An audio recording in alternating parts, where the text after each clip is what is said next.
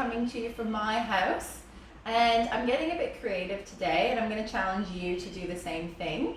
So this week and for the next month, during these periods of social isolation, we're trying to find ways to all stay connected, and we thought a really fun way to do that would be by having facilitators and team members share recipe videos. So what we're challenging you to do is share a video of you cooking a recipe, as simple or as complicated as you like, in your own home. So today I'm going to walk you through some basic steps on how you can make your recipe video in your own home.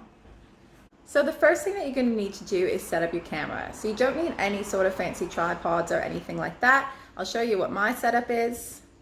So you can see my setup here. It's super simple. I've just got a box to raise up my phone, as well as something to lean it against, and I'm just going to lean my phone against that so it's nice and steady while it's filming me in the kitchen.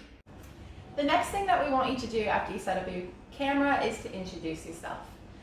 So we'd love to know your name, your branch, and just anything about yourself. So for example, my name's Lindsay, and I'm a health promotion team leader with the Country Kitchens team, and I mostly look after the southern region. And something about me is, before I started my work here with the QCWA, I worked primarily with children through Centrecare childcare services, as well as through a large daycare company back home in Canada. After you've introduced yourself, we want to know what you're cooking.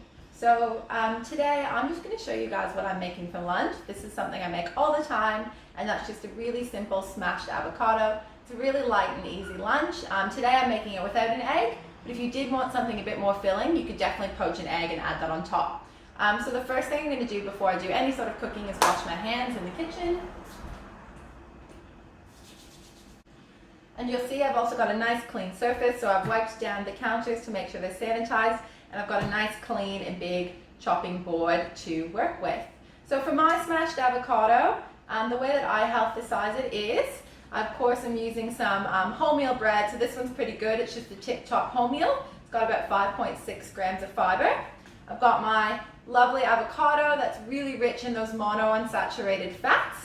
And a little tip with your avocado, if you're only going to use half like I am today, always use the half without the pit in it, and store the half with the pit in the fridge. That's going to just help it last longer.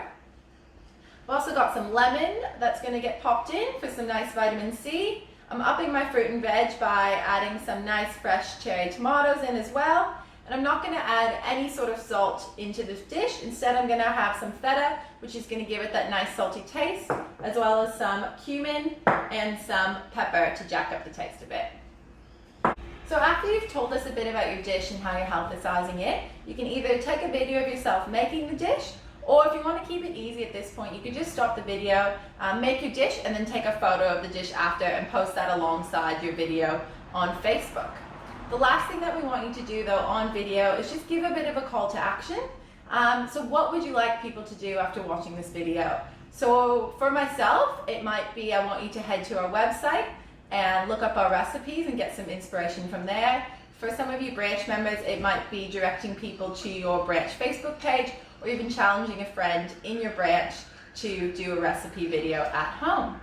Thanks for listening. I hope this gave a bit of clarification, and you can always call the team if you have any questions about how to make a recipe video.